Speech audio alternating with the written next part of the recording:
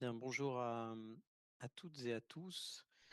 Hello, Je m'appelle everyone. David Benichou, je suis magistrat I am détaché David comme directeur du projet Benichou. SECFIN Africa I'm et in charge j'ai of le SECFIN plaisir Africa, and I d'accueillir have the pleasure aujourd'hui of parmi nous en welcoming ligne plusieurs here in person, orateurs well, avec qui nous online, allons several panelists évoquer with la whom we are question going to de talk about l'opérationnalisation de la lutte the contre les flux operationalization financiers of the fight illicites. against Alors, tout illicit d'abord, financial je flows. laisserai la parole à Pierre Allegret, First of all, I'll qui be est giving the floor to Pierre sous-directeur Allegret, des who is the sanctions Deputy et de la Director sécurité in charge financière à of la Direction sanctions générale and the du fight Trésor. against financial crime at the Directorate General of the Frédéric Treasury. Bayard, ancien Then to colonel de Frédéric gendarmerie Bayard, et coordinateur régional du projet who is SECFIN the regional Africa, coordinator for the présentera SECFIN les Southern perspectives qu'il Africa. rencontre Will be dans le talking hub qu'il about assume the la direction perspective de of the pour hub that he is in charge of, l'Afrique australe.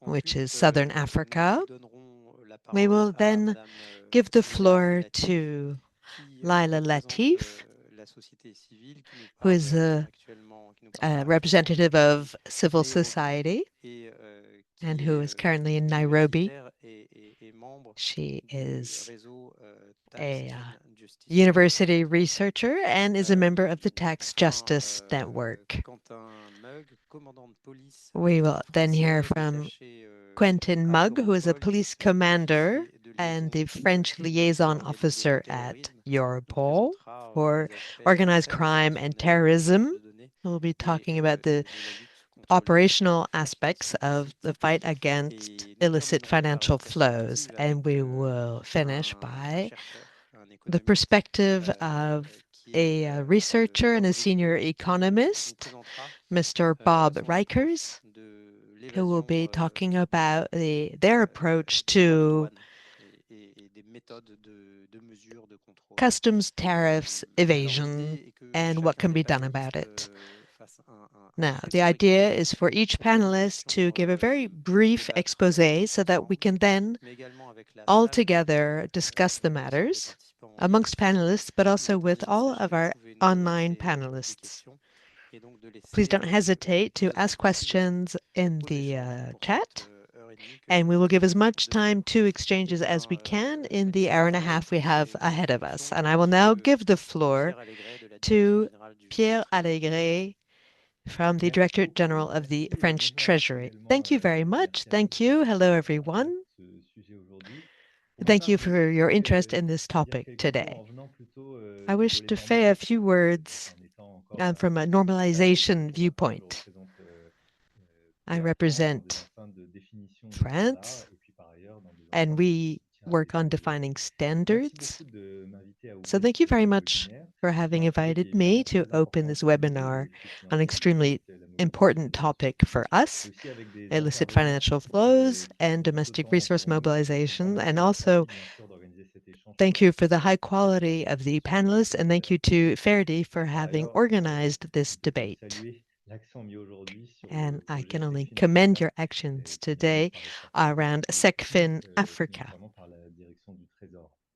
Donc le sujet que vous Your souhaitez work is aborder highly aujourd'hui est commended très by the important pour nous Treasury.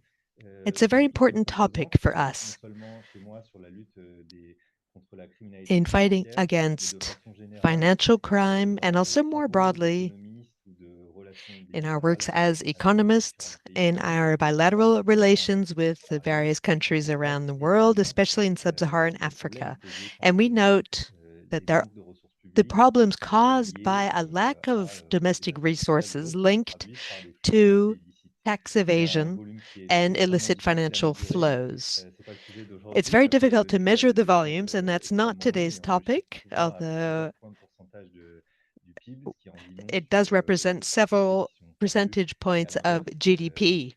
l'opportunité qu'il y a à lutter contre ces phénomènes, And c'est they're évidemment essentiel de lutter contre cela pour it's dégager extremely de nouvelles difficult to ressources. fight C'est against un these flows, sujet but it is particulièrement vital important to increase the pour nous en tant resources of these que direction countries, du Trésor. Et pour aujourd'hui, ce que and je also souhaiterais very important vous for dire us en within the ouverture, Treasury. So, what et I would je like ne to sais pas say si je pourrais today vous in rassurer my totalement, opening mais en tout cas, remarks, je souhaiterais I'm not vous sure if I could completely confirmer reassure you, but I would qu'au like to stade de la confirm définition de to standards all that internationaux, in defining nous appliquons international à égale ou grande standards, importance aux questions que we vous pay posez particular directement attention to aujourd'hui the questions sur that la you transmission raise concrète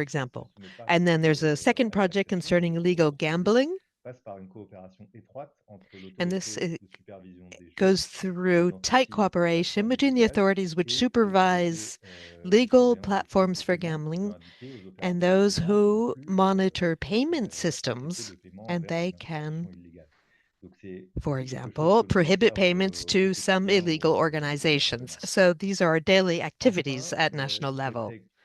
And lastly, I would like to confirm and highlight that these are topics which are really at the heart of France's priorities. And you will see this year because it will be at the heart of the French presidency of the G7. We've been president since the 1st of January this year, and France more generally is taking part in projects to provide technical assistance to fight money laundering. And the EU mechanism, the IMF and other instruments, and we always work bearing in mind that dialogue is most important with our country partners, with regional institutions, to be able to have a tangible impact. And then more specifically, in France as well as president of the G7, we'll be following up on a commitment by all countries of the G7 to fight against illicit financial flows and to provide support to countries who need capacity building. We will be organizing in May a major ministerial conference on fighting against the financing of terrorism. This isn't exactly domestic resource mobilization, but I just want to highlight France's engagement on these topics. So I don't want to take up any more time, but I just want to say that these are topics which are dear to our hearts, and we'll be monitoring your work with great attention today to see how we can then apply what we have learned practically. Thank you very much. Merci beaucoup, Monsieur Allegret, pour cette introduction. Thank you very much, Mr. Allegret. And I see several elements which can feed into our exchanges and our debate. For example, this notion of operationalization. There could be several different approaches. For example, there can be several meanings attributed to this notion of operationalization. First of all, implementing the 40 recommendations of Gafi to reach a certain level of capacity for countries, and also looking at it from a legal standpoint and a judicial standpoint. And here, this is to fight against criminal activities and to confiscate goods, for example. So these are two different worlds which cohabit this area and seek to reinforce capacity, local capacity. And operationalization is what can be done through all of these various bodies, leading their investigations and confiscating goods. And I believe that Mr. Mugg will be saying more about this. But before I give the floor to Frédéric Bayard, so Pierre Allegret, you are Deputy Director in charge of sanctions and the fight against financial crime. It's not exactly the same thing as SECFIN Africa. Two different things, even though. So what is SECFIN Africa? Well, it's a project which is co-financed by the European Union, France, and Germany. And in a nutshell, the goal is to reinforce the capacity of sub-Saharan African countries in fighting against the financing of terrorism. It's a major project. We have a large team, about 40 people, spread out over 4 hubs in Africa. I am the director of the project, and I'm based in Brussels. And I will now give the floor to Frédéric Bayard, who is the regional coordinator for the Southern Africa branch of SECFIN Africa. Thank you very much, David, for giving me the floor to talk about our platform. It's true that it's difficult to talk about SECFIN, but luckily David just did, because it covers all of sub-Saharan Africa, and given the number of countries to be covered, it was necessary to break it down into 4 distinct regions, and I am a coordinator for the southern region. And of course, the goal is to fight against illicit financial flows. But then how do you do that? Well, we've gotten organized and we've gotten ourselves structured with experts in each of the regions, and we have a similar structure in each region so that we're coherent in our approach. And therefore, in each region, you will find an expert in investigations. They will be covering everything to do with collecting information and on illicit financial flows and then transmitting that information to legal authorities and building a case to bring them to justice. And then there's another department in charge of recovering illicit gains, and this is managed by experts from Expertise France. And then the third part, and this echoes what Mr. Allegret said, and this has everything to do with standards. When you talk about operationalization, it's quite difficult to hear the word standards in this, but luckily, in fighting against money laundering, we do need standards. We need regulations. We need directives. We need laws. Because I'm at the other end of the continuing from Director Allegret, because if upstream you don't have all of the regulatory framework, the legal jurisprudence, then your investigators, your prosecutors, your judges won't be able to do much.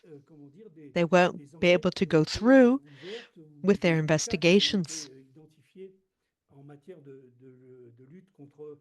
and to fight against money laundering.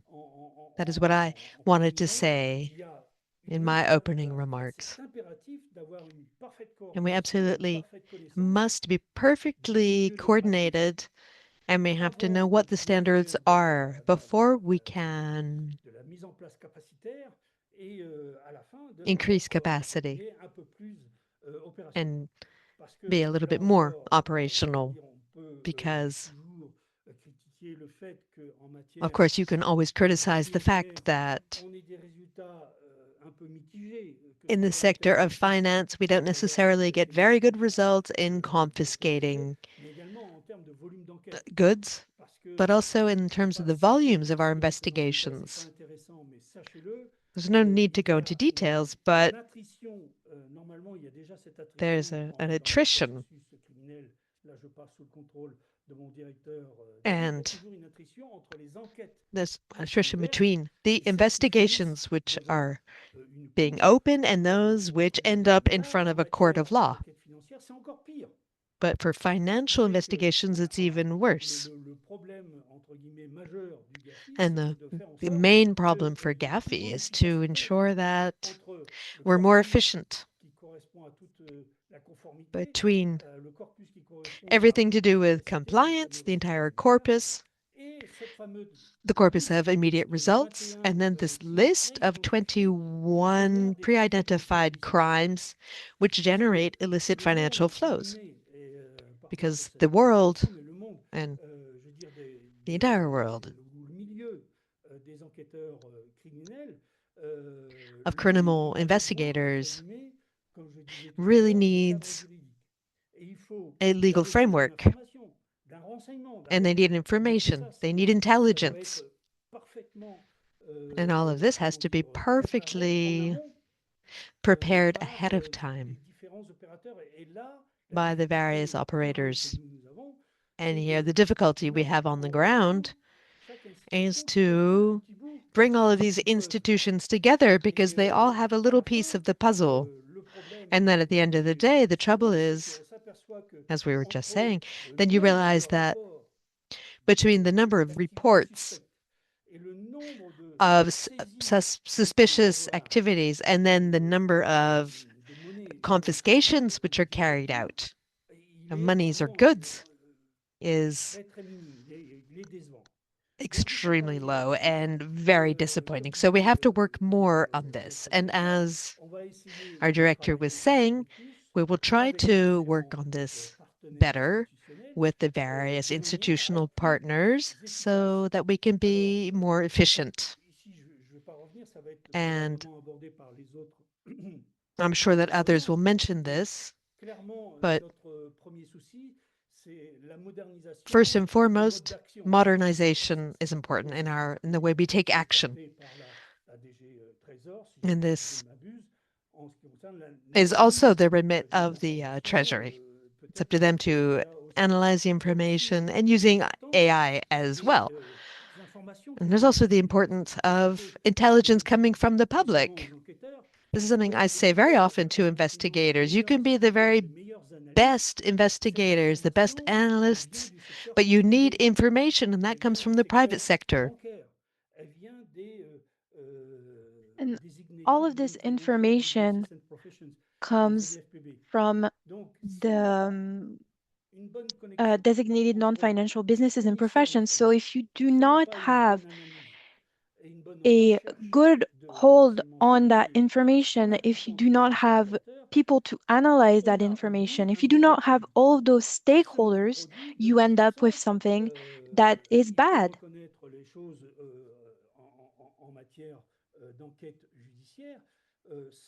And we have to recognize this. A financial investigating officer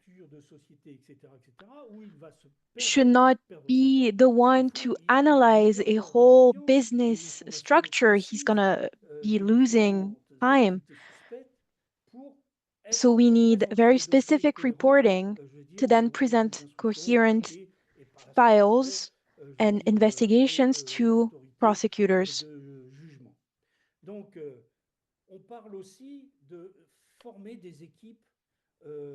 So it is also about training identification teams, and that is what we do.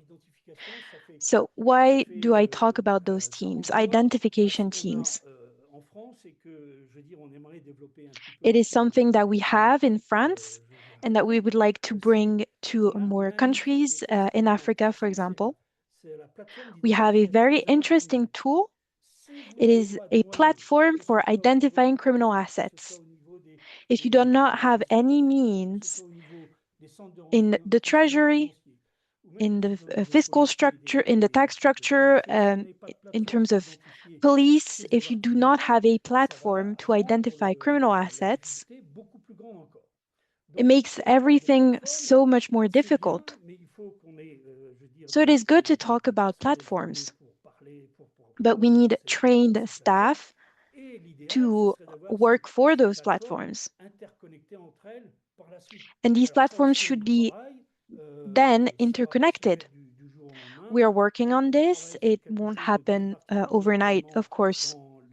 Right now, we are working specifically in the southern region on a platform, interconnected platform for beneficial owners in Botswana and Namibia, for example. But again, to connect everyone, as I've said, we need in every country to have norms and standards, to have laws that can allow these exchanges for more efficiency.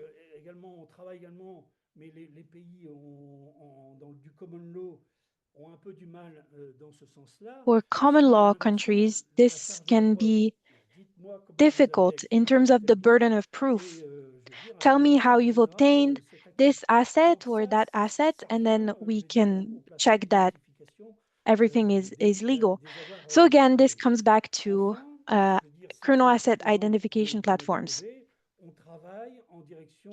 Another aspect of our project, we are working towards protecting whistleblowers,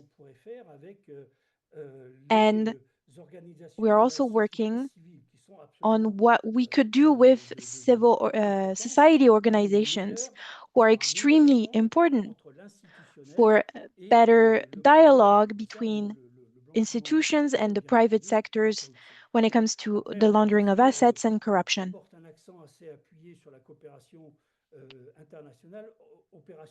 We are also very interested in operational international communication and cooperation, which basically means how to harmonize, make everything coherent. So we have the same definitions of corruption, of fraud, so that we can avoid assets being lost on technicalities. What we often forget is international criminal cooperation. When we fight against money laundering, I think it is more about mutual simplified assistance, especially when it comes to freezing and recovery of assets so that assets and funds are not moved before the end of investigations. Quentin will talk more about this, but again, it is extremely important. So this is what we are working on right now. I could say so much more. But what is most important is the sharing of information between different investigation teams. And it is also extremely important to trust each other. How do we trust each other? We need to have specialized teams that are absolutely incorruptible. But how do you make a team uncorruptible? I'm not sure. Maybe we could try to answer this question together.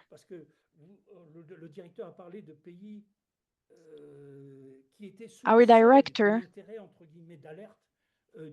talked about countries that are just beneath the threshold, the FATF threshold for interest. We have different countries such as South Sudan.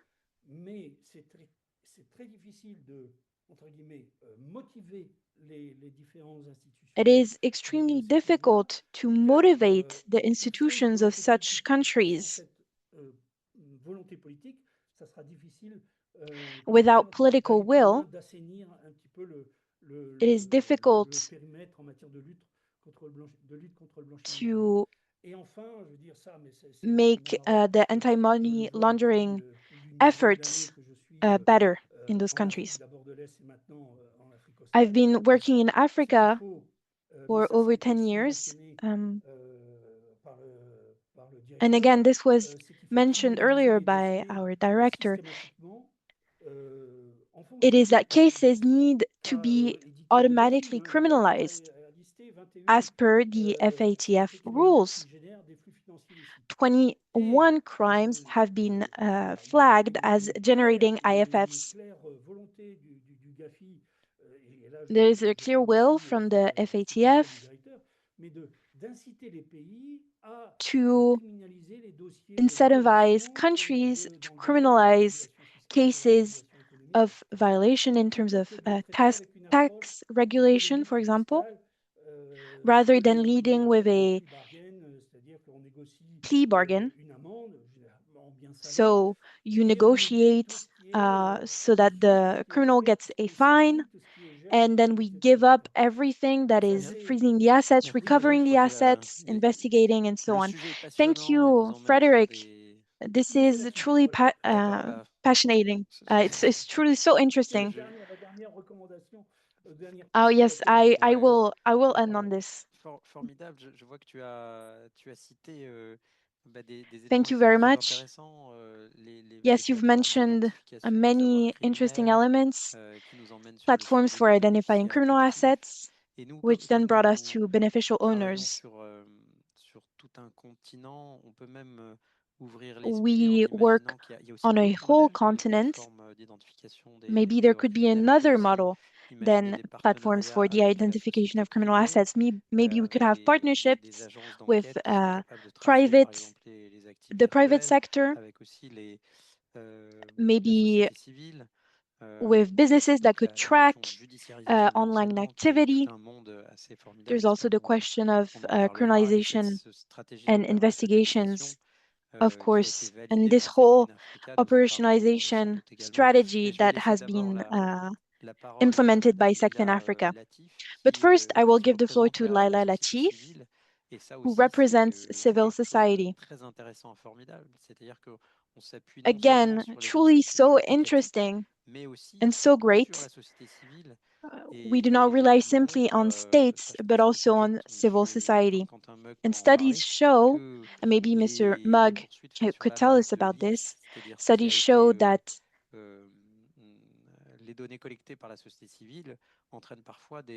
investigations based on civil society data and reports lead to more asset recovery than other types of investigations. Ms. Latif, you have the floor. Thank you very much for having me on this forum. And I must say, it is such a pleasure to meet you all and to also hear about the different approaches that you're all thinking about in combating illicit financial flows. So what I've heard so far are an aspect of IFFs that are crime related, right? This is what Mr. Pierre initially started off discussing, and then Mr. Frédéric as well touched on the same. But I want us to move to a dimension of IFFs that often gets less attention in these conversations. And that for me is the tax related side, because, we as civil society, we function a lot around the discussions about tax related illicit financial flows. So what's the role of this particular phenomena in this entire discussion that we are having? I've had conversations with Mr. Frédéric, who has just said that, he's mentioned about asset confiscation and the AML frameworks. They're already well developed. The normative architecture, in my view, it exists. Now, the harder and frankly, the costlier problem for African public finance is always the tax-related illicit financial flows. The flows that are not moving through criminal networks, but through corporate structures, through digital transactions, and also financial arrangements that are entirely within the formal system. Now, that is where the fiscal leakage, the tax revenue leakage, right, is largest. And that is where operationalization is also most underdeveloped. And the reason it is underdeveloped, it comes down to one thing, which is information. And I'm so glad Mr. Frédéric talked about this. He said information is necessary for exchange, and that's the only way we are able to combat illicit financial flows. It's not about not having laws in place. It's not about not having, rules in place. But the problem is the absence of usable data. To be able to identify a tax-related IFF, we need to be able to see the transaction. We need to be able to analyze it, and we need to be able to compare it against a baseline. And that requires digitalized financial systems, even interoperable databases, and the analytical capacity to interrogate what that data is telling us. Now, unfortunately, many African revenue authorities are not yet there. They're still operating fragmented, paper-based, or even partially digitalized systems that really cannot generate the quality of information that is needed to detect these flows in the first place.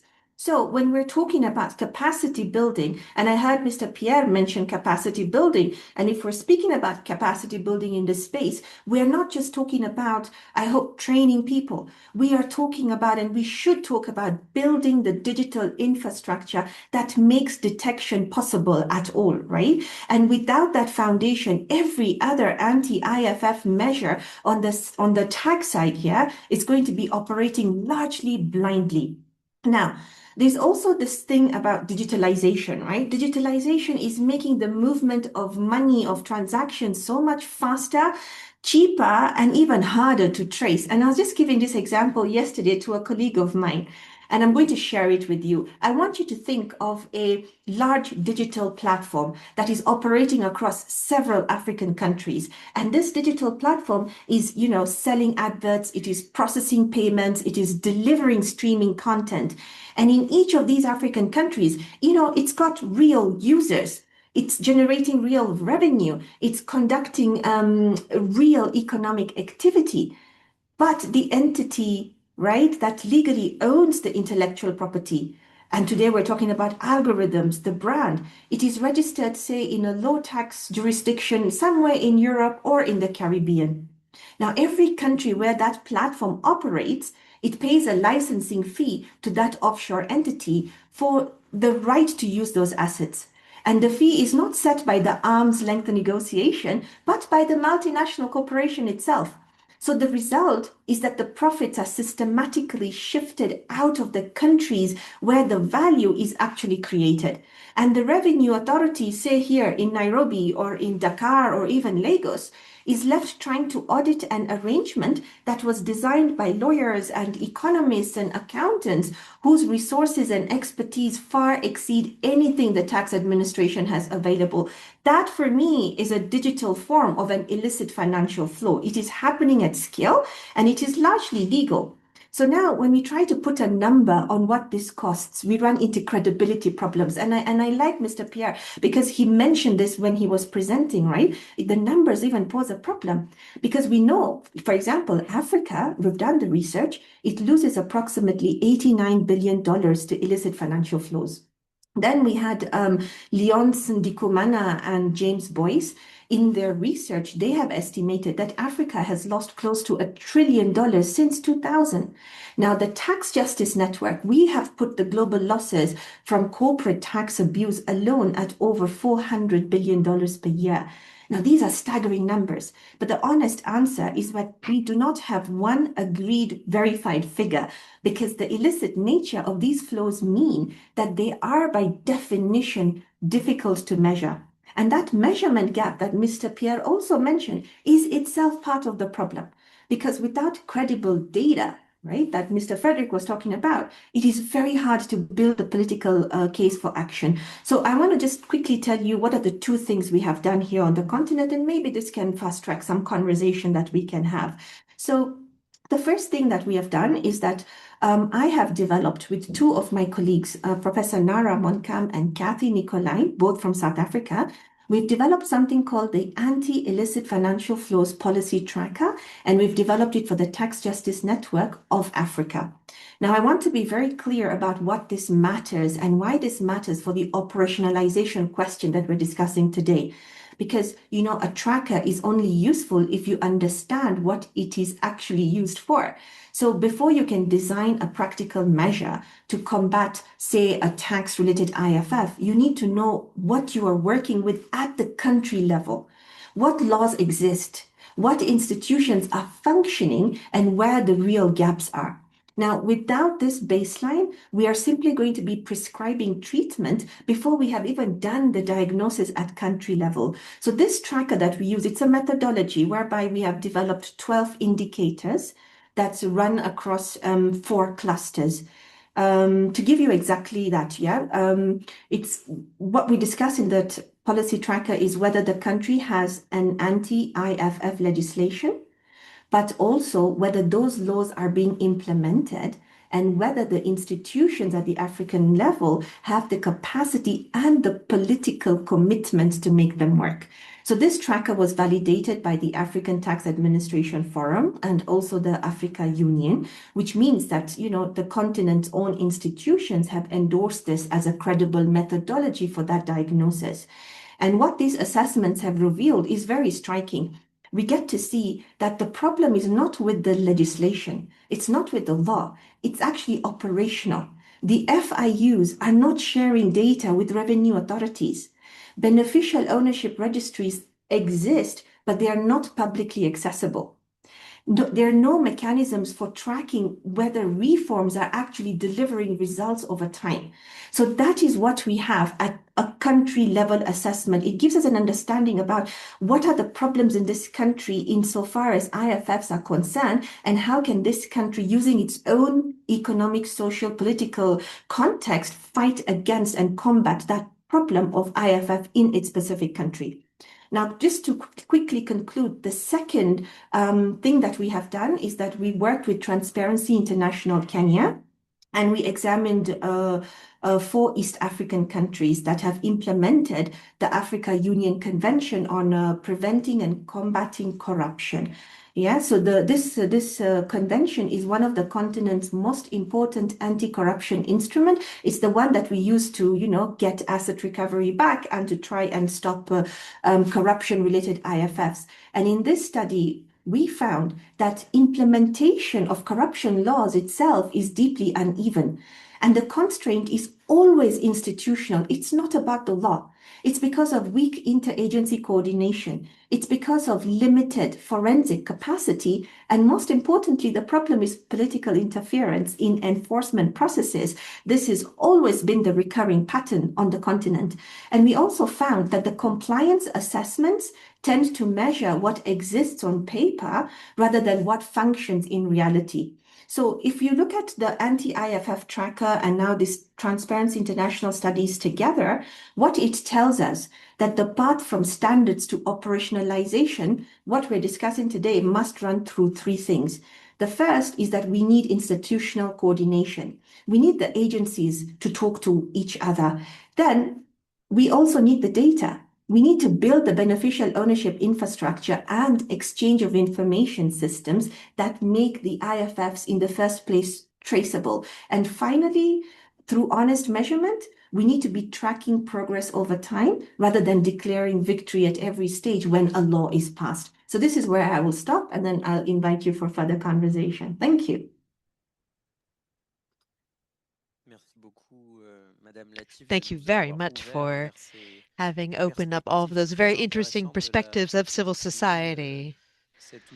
Perhaps you could share the references to your tool in the chat function, as well as references of the studies you mentioned. This really does show how useful it is to work hand in hand with civil society. And I will now give the floor to Mr. Quentin Mugg from Europol. He will be presenting the perspective of the European agency with a critical view and a very operational vision of the mechanisms which have been set up and the operations which he can mention publicly, and how Europe can work hand in hand with others to better coordinate services to obtain better results. Quentin Mugg, you have the floor. Yes, a critical vision, but a very constructive one. There's a lot to be learned from the work at Europol. Europol is not like a little Interpol. It's something else. It's the criminal police agency for the European Union members. But it goes well beyond the European Union itself. We now have more than 50 members. We exchange with them on a daily basis, and we share information. We've mentioned this a lot already here, and you're right. It's completely crucial to fight against organized crime and money laundering, which by nature is international. These exchanges do take place. Not everything needs to be created. On a daily basis, we do exchange thousands of messages amongst ourselves and with other stakeholders above and beyond our borders. So I listened very carefully to the previous speakers. I agree with everything that was said, particularly the role of civil society. But we should remember an unpleasant figure, because a number of analyses come from this. This figure we're all well aware with, and it's figures from Europol, validated by other international organizations, about 2% of criminal assets are seized. And out of those 2%, under 1% is actually confiscated. So how can this be? For about 40 years now, since GAFI was created, and there have been lots of regulations, many laws, many agencies set up, but we realized that 40 years down the road, the 2%, which was the average in 1989, is still the figure we have in 2025. So why is this? Well, as far as organized crime is concerned, and that's what I know most about, but you'll see that there are also links with white-collar crime, tax evasion, etc. There are immediate connections. And we're probably facing a problem of priorities of risks. And I'm saying this because financial investigators, I'm one of them, I led a anti-money laundering cell in France for many years, and within these operations, we often carried out undercover operations, which often led me to face problems of money laundering in a very personal and direct manner, because in operations authorized by justice, we actually laundered money ourselves by getting in direct contact with money launderers. And what we realized is that cash is king. The role of cash is predominant in all criminal operations, including in funding terrorism, but also in everything to do with tax evasion, because they feed into bank accounts which are in very distant jurisdictions, or they provide services in exchange for cash. And they also have FAU types of alerts. And what you realize is that criminals don't have to run into the nets that we've already announced. They find workarounds. Something happened in Europol over the past few years. It's quite extraordinary. It was due to extraordinary European efforts, especially efforts on the part of the Netherlands and France and Belgium, I believe. So a platform set up by and for organized crime that was hacked by the police. And it was all coordinated by Europol. And to sum it up, and you may have heard about the Coachite Sky ECC affairs and maybe Adam, Exclu, Matrix, Ghost. So what the police did in these operations, we were able to decipher platforms which were completely inaccessible to the general public and used only by criminals. And we were able to investigate over 200,000 people. They were all criminals, the most toxic people on the planet, with a very costly situation for communicating, which kept out everybody who wasn't up at that level.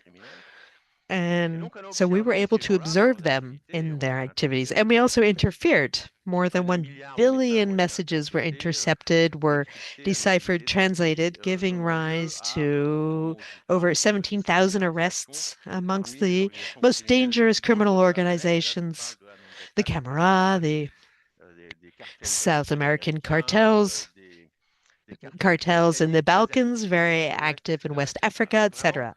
The entire spectrum well beyond European borders. So how do they move their money? They use cash. And the bigger the amounts, the more cash they use. It's kind of counterintuitive, because you would think, okay, a criminal organization. Okay, 3 people who are allies. There's the head of the Camorra, associated with the Dutch mafia, and then another one of Bosnian origin, representing a gang from the Balkans. So these 3 together were transiting about 1/3 of cocaine consumption for all of Europe. 1/3 of all cocaine coming into Europe was under their control. So the cost of 1 kilo in Europe is about 30,000 euros. The same kilo in Australia is about 250,000. The production cost is about 2,000. So just imagine the sums this represents. So how could they have these sums in cash? They don't need an army of lawyers. All they need is a broker. And so Awalada in the Middle East. So it's the Awada system. I'm sure you're aware of it, because if you're not, well, then that would be a real problem. Because this is how almost all of these criminal funds circulate. Because they've understood perfectly that other formal circuits are highly supervised. So obviously the goal is not to justify their money, but actually to get their hands on it. And some of it will be justified. Obviously not the sums themselves that are going to be reinvested into criminal activities are obviously not going to justify buying more drugs with it, but only when they have a specific project, then they declare the money. Three-quarters of the planet actually work very well using cash.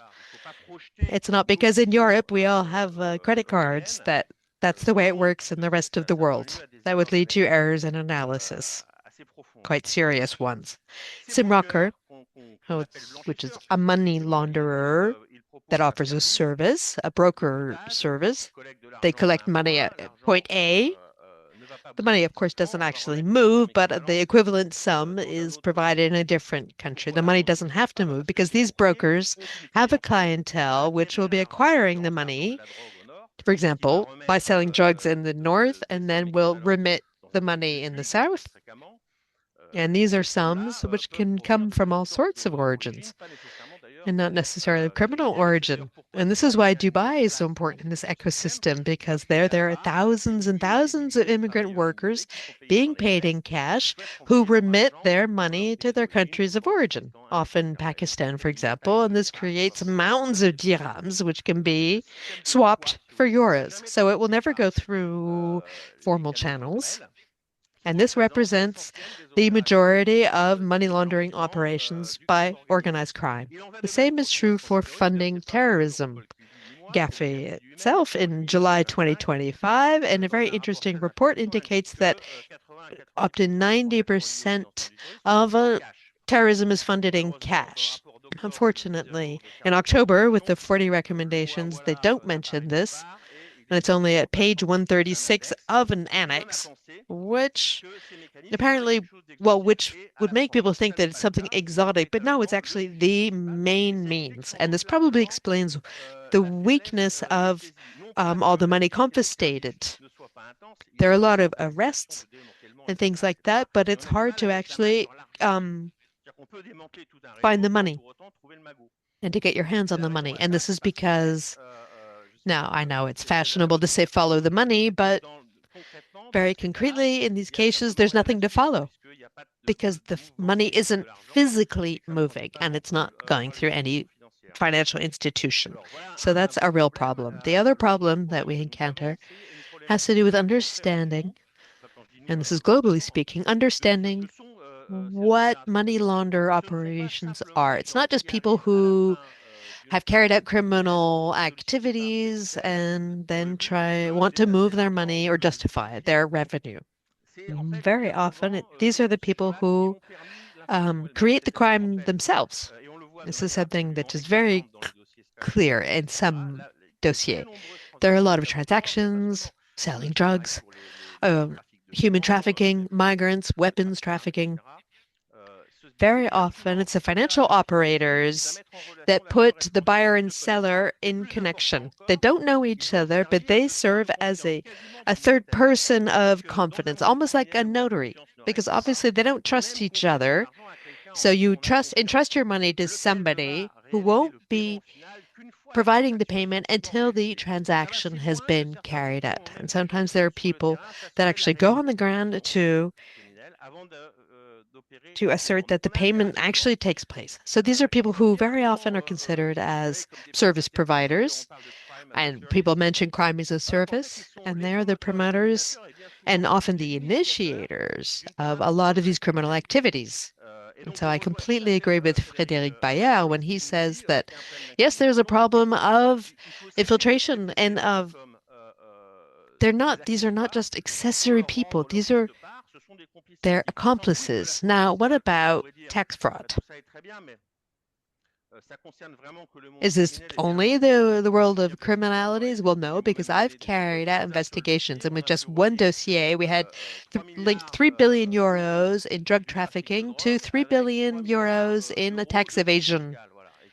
We were able to confiscate about 120 million in cash, which isn't very much given it's 3 billion over time, but because you have to be able to spend all of this cash, and the only illegal activity that's comparable in terms of volume to organized crime, and this is tax evasion.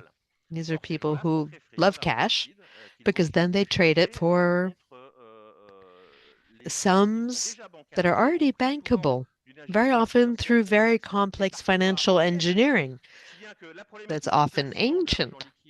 So injecting cash isn't a problem. It's just bought. You buy a company and you buy the bank account with money on it at the same time. You buy the offshore account. And then above and beyond all of this, to balance your accounts, but we won't go there because it would take up way too much time, but I would be happy to say more if you wish. But then you have to balance accounts between the constellation of financial operators, which are occult, and the means by which these same accounts are balanced. And this is just commercial operations. Because trade-based money laundering, which is a way of providing visibility to transfers of financial flows which are materialized in consumer goods.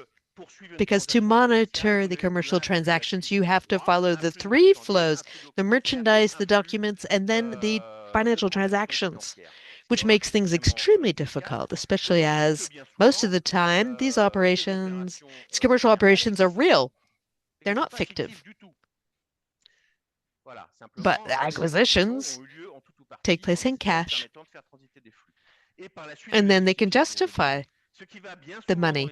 And so investigators often, and judges, attribute to this or that trafficker or money laundering through commercial operations, but actually they're just using their own money. They're recycling their own money. So I'd have a lot more to say about the observations over the past few years. We didn't have any major revelations, no discoveries, but we were very destabilized by the scale of the operations and the fact that all of this crosses borders incredibly easily. It's impossible to monitor. Thank you very much, Quentin Mugg. Very interesting. I remember that figure, the 2% of assets seized, and 1% confiscated in the end. And when you compare that to the figure that was indicated by Madame Latif of $96 billion, which are pretty much stolen from Africa. Well, 1%, that should already provide $890 million, which could be a very good operational target for SECFIN Africa.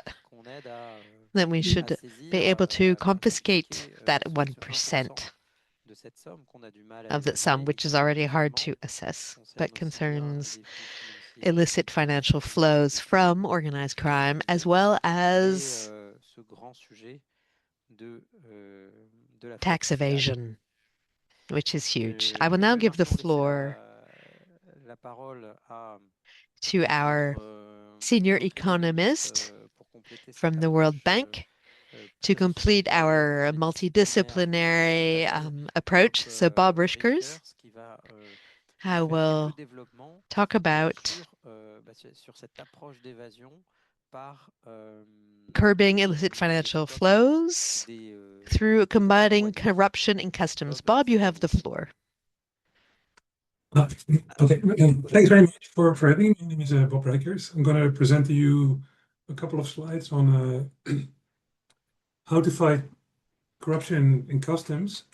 And why do I think this is important? Well, because we all know that, as our colleague just said, trade-based money laundering and tariff evasions are major sources of illicit financial flows, and the attendant revenue losses are large. We estimate that in some countries up to 50% of tariff revenue is lost. I'm going to show you that typically the gains from this evasion are very concentrated and disproportionately accrue to politically connected actors, as also Madame Lyla already pointed out. And then I'm going to give you some evidence of an intervention we did in Madagascar, and I'm very pleased to see in the audience Ansa Rakatosoa, who worked with us. I'm going to argue that small-scale interventions can yield huge dividends, but it's very important to think carefully about incentives. And political economy needs to be taken very seriously. So when we think about developing countries, there's a real... But we don't see your slides. Maybe you should relaunch the presentation. It's frozen. Okay. I don't know for the others, but on my screen it was frozen on the first page. Okay, can you see it now? Yes, perfect. Okay, so there's a paradox because low-income countries tend to be very reliant on customs revenue. In fact, on average, customs revenues collected at the border account for 17% of their total tax revenue, whereas in high-income countries, this is only 1%. But at the same time, developing countries have a harder time enforcing trade policies. They have a harder time collecting revenues. In fact, when we look at representative surveys in which people are asked, like, did you have to pay a bribe when clearing customs? In low-income countries, 20% of firms answer yes to this question. In high-income countries, only 1%.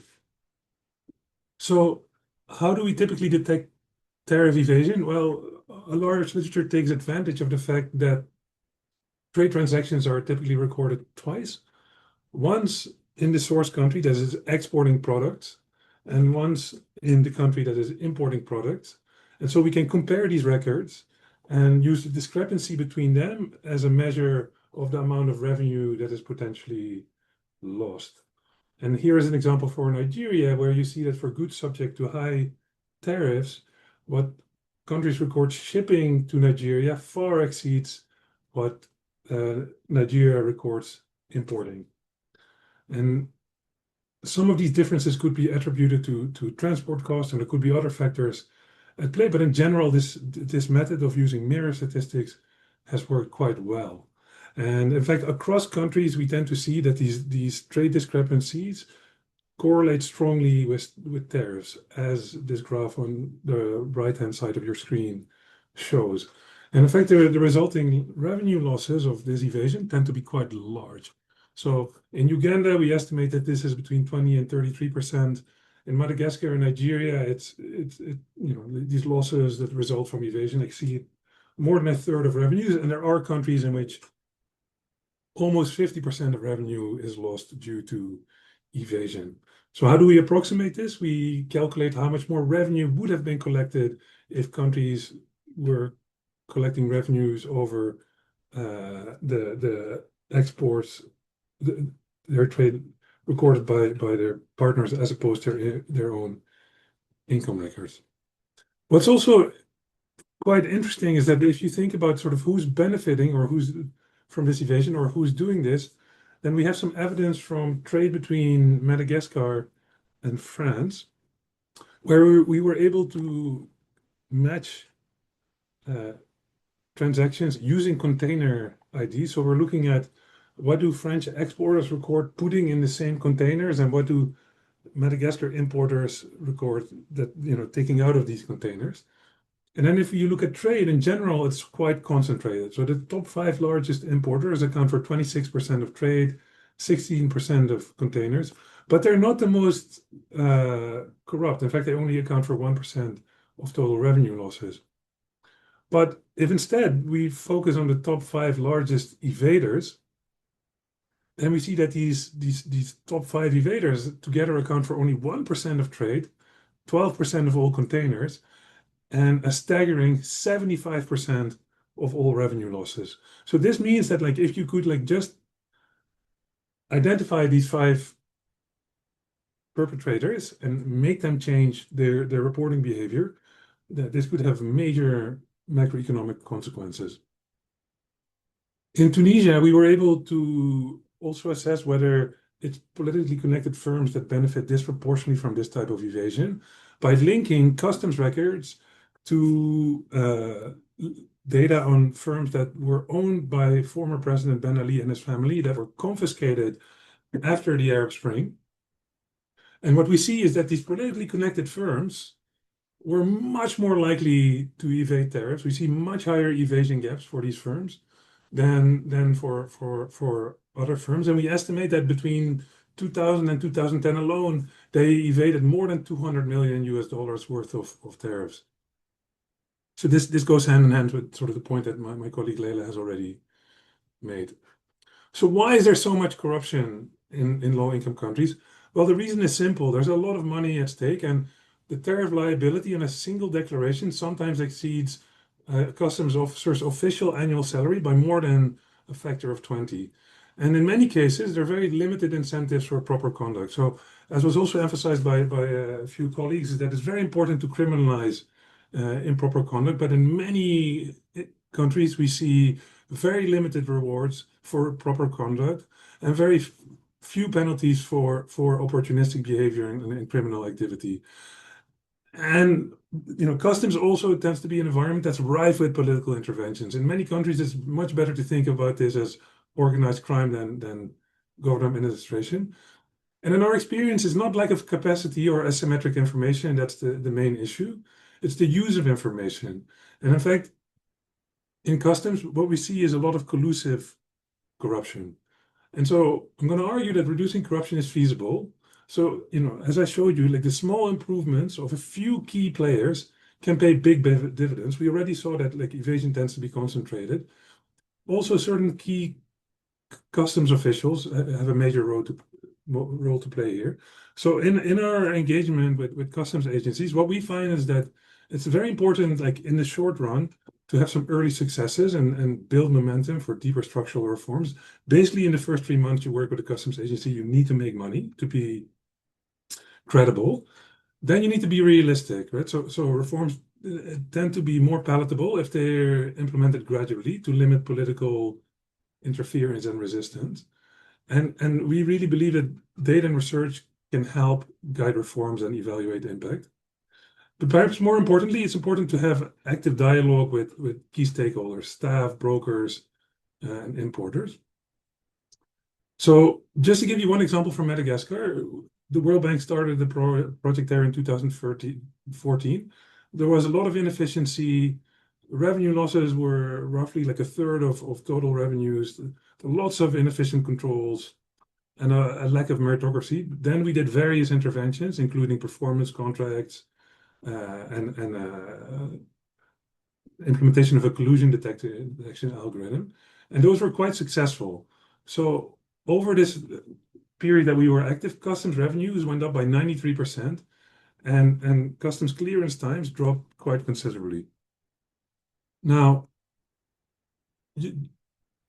just to give you one example of something we did is we detected a lot of people think that like in this space, like more IT and more like computerization is the solution. But actually, like this context shows us that IT can also be at the root of the problem. So the issue was that when declarations are assigned to inspectors, that should be done randomly. But in Madagascar, as in many other countries, by the way, what we see is a lot of excess interaction between certain inspectors and certain firms, meaning that certain inspectors handle more than a proportionate share of a given broker's declarations. And we find that sort of, in fact, roughly 10% of declarations were not randomly assigned, but were, because of IT manipulation, assigned to inspectors with which brokers had like special deals. And so those declarations tended to be more risky and subject to higher potential revenue losses. And these inspectors then treated these declarations preferentially. So they passed them through customs much more quickly, were less likely to impose penalties, much less likely to insist on value adjustments, even though these declarations were more risky. So when this collusion was detected, Madagascar customs intervened and sanctioned many of these inspectors, and also like shut down this IT manipulation. But interestingly, after a few months, this IT manipulation resurfaced because IT staff figured out a new way of allocating these declarations. And I think this points to the importance of incentives. So to conclude, corruption in customs is very prevalent and very costly and an important generator of illicit financial flows. It's very often systemic, enabled by officials.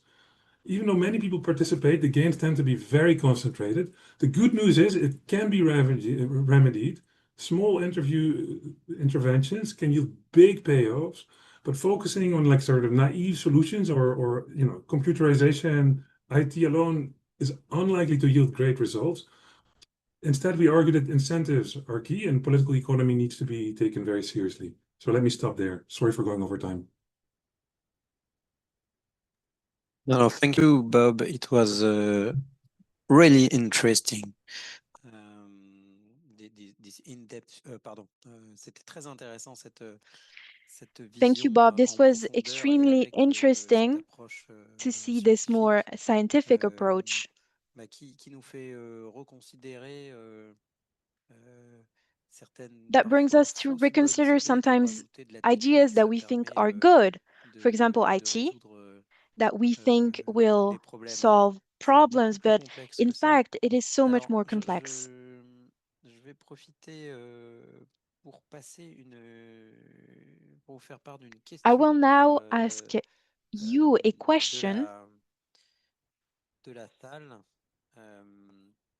Une question donc a question from Florian about the importance of cash. What about crypto assets, often presented as a main issue in terms of IFF? Who wants to answer? Quentin, yes. Yes, it's a question we often get asked. Vraiment un intérêt très appuyé, notamment the media are especially interested in crypto assets and cryptocurrencies as well. Et c'est vrai que le nombre de dossiers It is true, the number of cases is de façon importante. Il y a de plus en plus getting bigger and bigger. Les volumes. But now when we look at amounts, les grandes firmes, Chainalysis, Elliptic, etc. when we look at analysis from different companies that analyze the amount of illicit crypto assets flows, it is around 80 billion dollars per year. But when we scale it up with all of AML, money laundering in the world, it is only a drop in the ocean. We have cases in every sector. You know, there's so many means to launder money. Yes, we need to be careful about crypto, but right now it is only a very small part of money that is laundered. The reason is that when you are a money launderer, where the satisfaction rate of your clients is 100% and the amount of losses is 1%, you do not have any incentive to change how you work. You change how you work when you have to, when you're forced to. If there's only 1% of assets seized, you don't need to change. If you switch to crypto, things could go bad quickly. The principle of crypto is blockchain, and blockchain allows us to track transactions. The anonymity of a $100 bill compared to crypto is just so much better. And there is very little pressure to change methods for money launderers, which is why proportionally there are less transactions in crypto. There are only two types of financial crimes that come from the financial system or that are outside the financial system.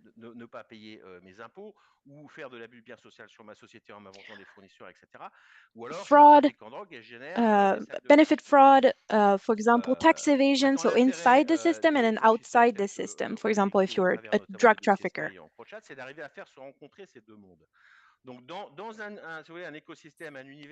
In a criminal landscape where scams, online scams, ransomwares are becoming much more prevalent, this generates a lot of financial flows in crypto or online. And so the people who are at the root of those scams will try to shift the crypto into cash. So there are swaps that are being organized between the two sectors, the ransomware sector and the more traditional organized crime sector. There's a report called Dark Bank that you can look into if you're interested. You don't launder with crypto assets, you launder crypto assets, which is very different. Thank you very much for your answer. Bon, ça fait penser à un point, une question un petit peu candide. I have maybe a naive question to follow up. Should we not try to then get rid of cash, or is that not possible? Yeah, it's not possible. You couldn't get rid of cash throughout the whole world. A drug trafficker based in Dubai who gets paid in Paris but is working in Rotterdam, maybe he can get paid anywhere he wants, in Singapore, for example. It doesn't matter.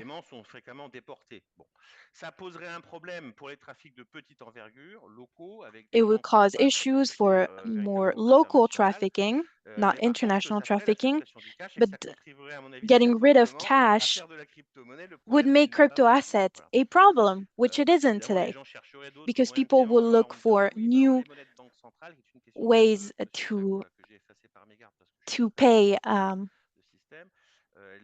traffickers, for example. Central bank currencies are the same. People don't have to go through formal transaction channels, and they won't use central banks either, because they'll know that every transaction is being monitored, and the rest of the population will do the same, but for other reasons, of course. Another question from the room. What are technical and human challenges when it comes to anti-money laundering?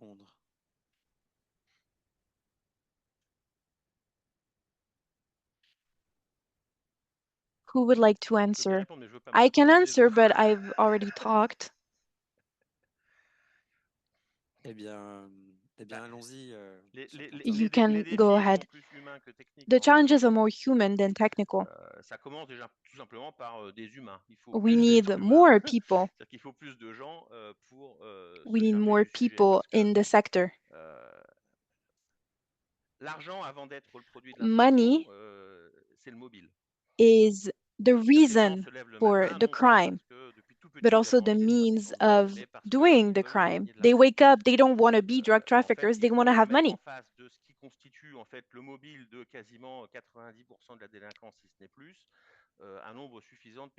So we need more people in the sector. I work in organized crime, C'est ce qui pose les désordres civils les plus importants. And the difficulty is that in an extremely technical world, encrypted communication, instant transfers of money, what is different today is the people.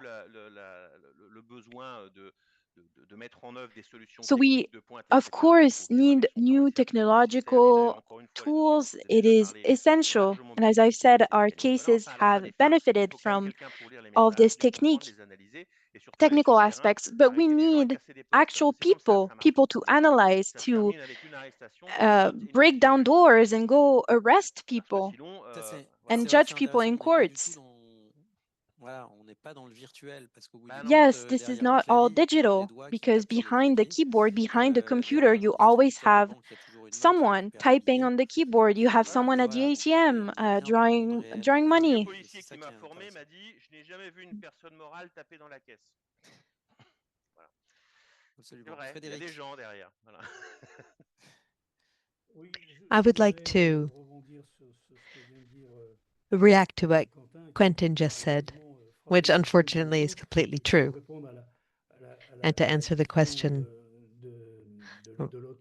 raised in the chat. Yes, obviously, we need to understand the system, we have to analyze it, we have to establish criminal activities to be able to make arrests and seizures, etc. And as Quentin said, and I said earlier, we have to identify in the entire country, and not just in the countries we cover, we have to identify who the people are on the ground doing the work and the ones who need to be monitored and who are going to know.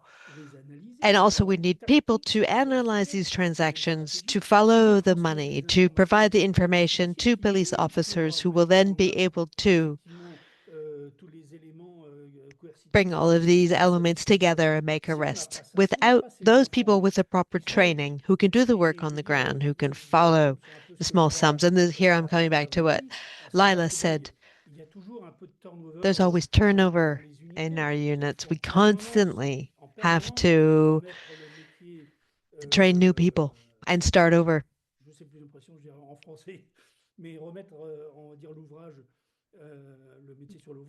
Constantly have to keep people up to speed so that your agents, your prosecutors, your police staff are competent and really understand how they can freeze assets, how they can seize assets, what mechanisms they need, how they can take action. Because if you don't have those people on the ground, operational forces, you need to have the technicians. Without them, we won't be able to put an end to any of this. Oh, I completely agree.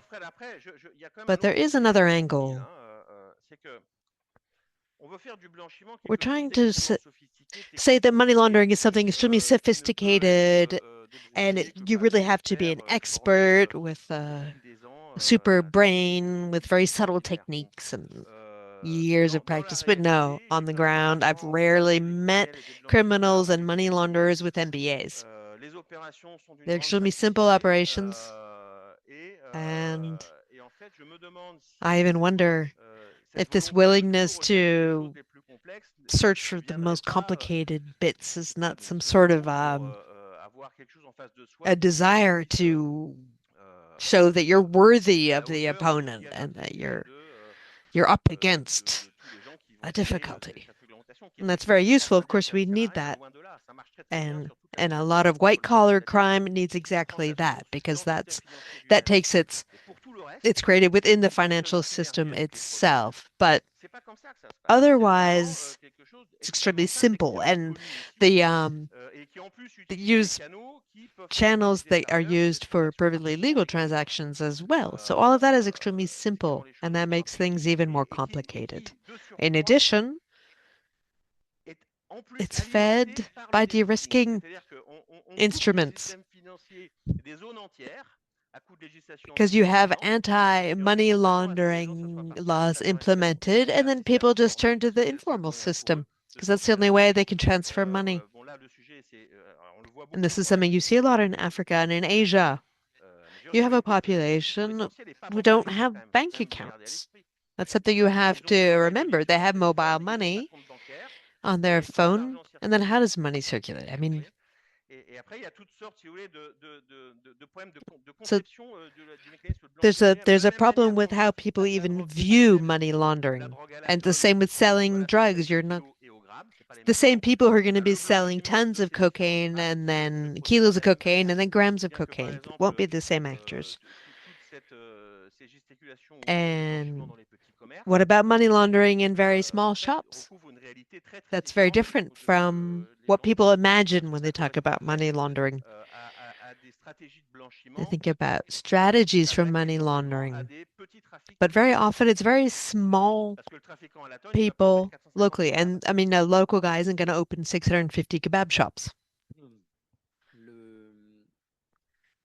Yes, all of these questions are fascinating. I had a quick question, perhaps for Bob or Lyla.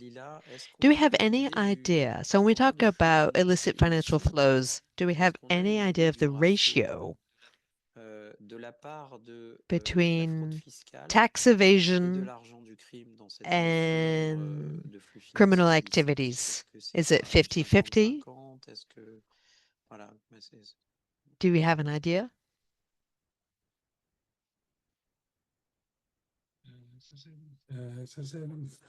Excellent question, and very hard to answer. But I have the impression, but it's my own personal impression, that most of it is tax fraud, tax evasion, but there's also a mixed category.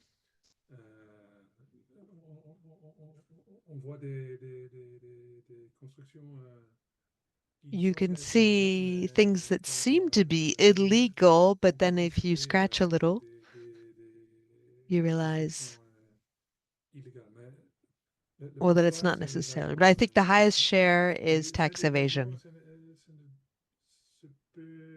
But tax evasion can be almost legal, such as using offshore companies. They're not moral, but they are legal.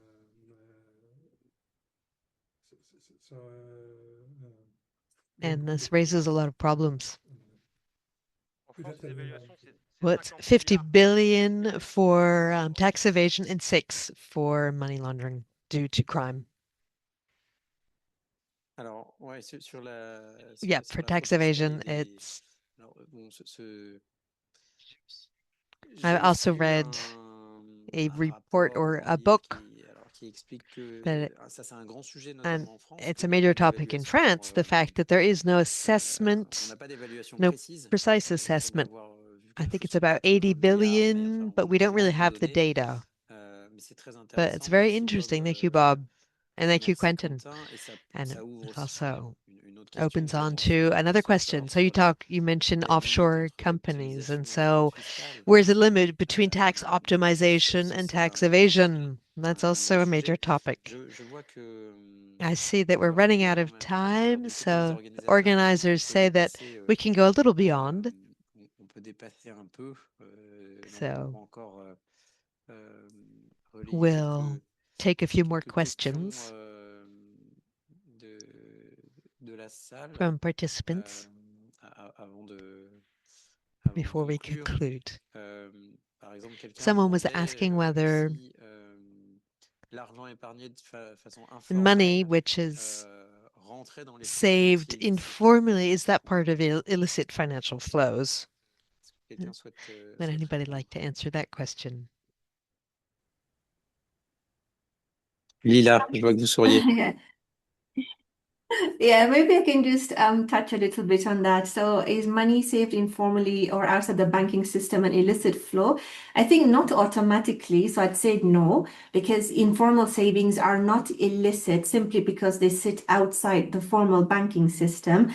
I think in many African contexts, informal savings, whether we put them through what we call chamas or mattress money, they're entirely legitimate. So, the illegality is not in the informality. I think it is in the origin of the funds and the intent to conceal. So when financial inclusion becomes relevant, or where rather financial inclusion becomes relevant, is that bringing informal savings into the formal system increases visibility and also traceability, which does help narrow the space in which genuinely illicit flows can hide. But we must be careful not to criminalize informality itself, because when you look at the African sector, almost 80% of our market economy is informal. So the policy goal should be inclusion, of course, not surveillance. Thank you very much, Lyla. Another question from the room. Can AI help in this area? Would anyone like to answer? Bob, the research is, or maybe Pierre Allegret, if you're still with us, from the Treasury. I'm sure you've been thinking about using AI to identify illicit financial flows and trigger inquiries, investigations.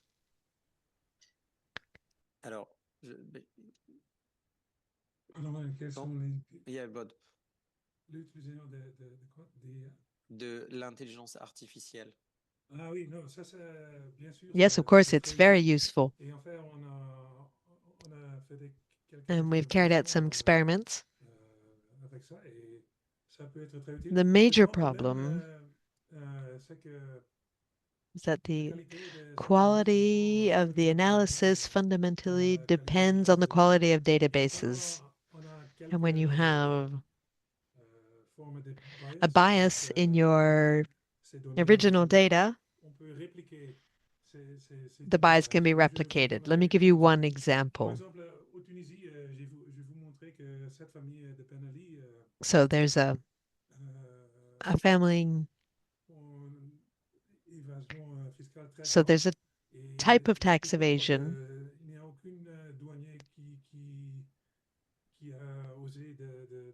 Okay, there's a family that doesn't pay.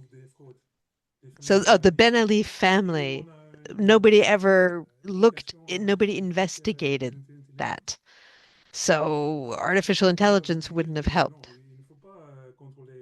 Artificial intelligence will say, no, you can't inspect those people because they're perfectly honest. So there's a huge potential, but you really have to look at the detail and be very careful that your data are objective before you launch any major projects of this type. And on AI, where it's being massively used in the banking sector to improve detection and raise warning bells. There are more and more red flags being raised. It's almost been increased tenfold. But that also leads to bottlenecks. And one of the reasons for this is banking institutions, which are the main flag raisers. But what they're doing mostly is protecting themselves against sanctions. But nobody was ever sanctioned for declaring too much. So software publishers propose many AI solutions, but it has created a huge number of false positives. And it makes it much easier to fill out tax forms, but it will lead probably to bottlenecks. So AI is great. We're all using it more and more. It has allowed us to do incredible things within our investigations, but you have to be very careful not to use it where it's not ready. Thank you very much, Quentin. We're coming to the end of our seminar. Your last words brought to mind something that could pave the way for our next seminar. This is our working model, which is the principle of declaring suspicion, which is what triggers legal sanctions. Maybe this is now anachronistic. Maybe it's been perverted by the increase in these declarations of suspicion, was just a way of covering their own asses. And when it has statistically, the results are very poor. So maybe we should change the paradigm and work not based on suspicions, but with proactive investigations. Okay, this person has money to launder. What are they going to invest in? What do money launderers love to buy? What do they do with their money? And sort of turn it upside down. So that's a possible subject. Not to launch a new debate, because that would take us into late this evening and would be great, but perhaps an invitation to Frédéric and to yourselves for our next episode. So before we conclude, does anybody have any questions to ask the other panelists? Lyla? No, I think for me, it's been an incredible learning experience getting to hear from the French side in a very foreign language and how it connects to the work that we're doing here. And I think my take-home point was when Mr. Bob said that this is not about information asymmetry, it's more about how that information is being used. And I'm just thinking one way in which we can try and combat this IFFs going forward is to actually push for mandatory public country-by-country reporting. Because if you have politically connected firms who are manipulating tariffs and trade transactions, they're doing because the information about what they're actually paying, where their profits are landing, and who owns them is actually invisible to the public. So let's make that more transparent. So I just loved the session today. Thank you so much. Thank you very much, Lyla. Frédéric, would you like to say a word of conclusion? I would conclude with a word of hope. First of all, based on what Lyla said, which is very encouraging, and also given the very concrete experiences that Quentin shared with us. We still have a lot of work ahead of us. First of all, in raising awareness, in attracting new talent for our investigations and analysts. It's not always major players, major criminals who are going to allow us to improve our figures, even though it would help. We also, as Lyla said, we have to preserve our social fabric. And the informal system that needs cash. And we can't monitor everything. As Quentin said, that would be the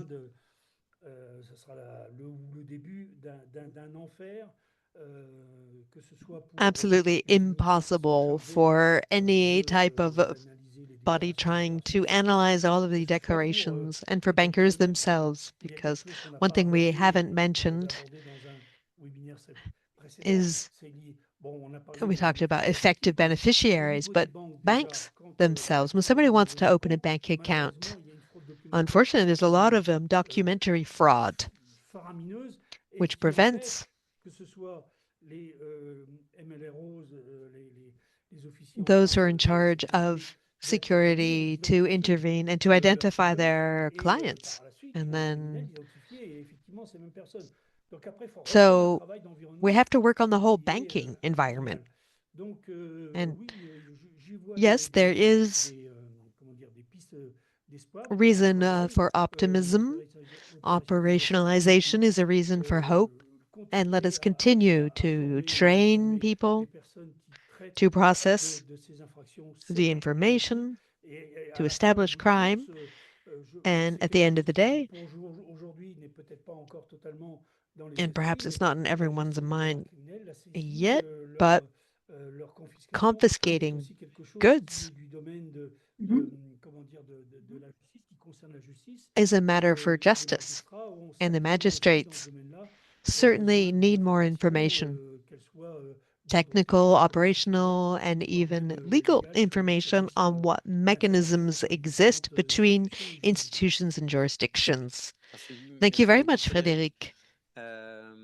Quentin, would you like to, one last word? Yes, very quickly.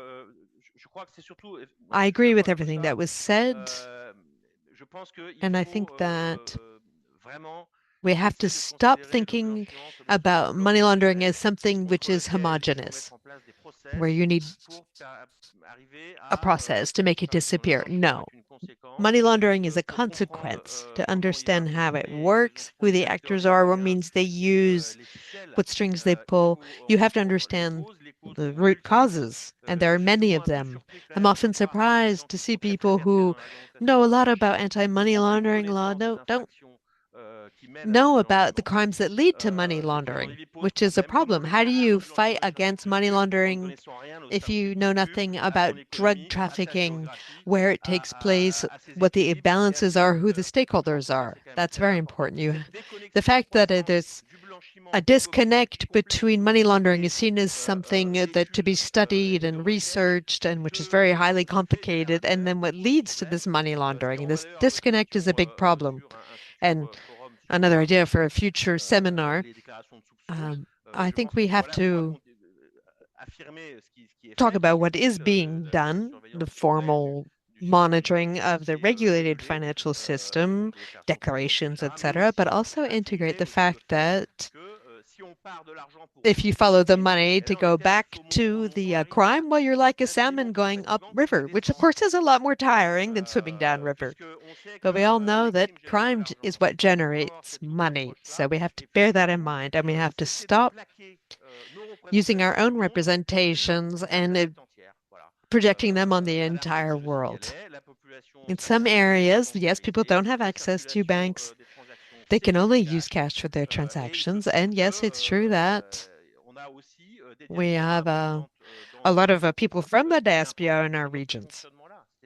They're not suddenly discovering, oh, voila, when they become drug smugglers, because that's how their parents used to pay their rent. Thank you very much. Again, maybe something we could talk about in a future webinar.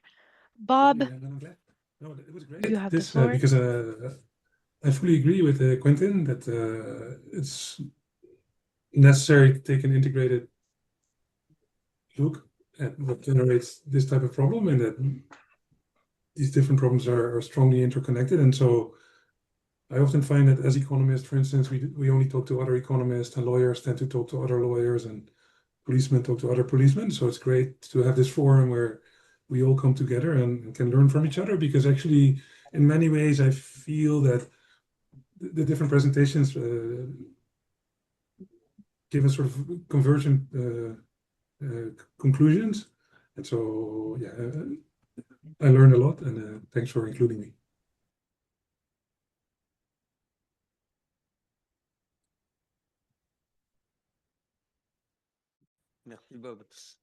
Thank you, Bob. It is now time to end this webinar. Thank you to Pierre Allegret for opening. Thank you to the members of our panel for participating, answering questions.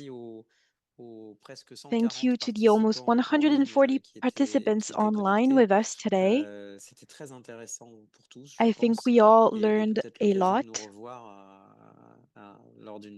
And maybe we could, in the future, do another seminar on a similar topic. So again, thank you. Thank you to Ferdy. And I hope we will meet each other very soon. Thank you. Goodbye.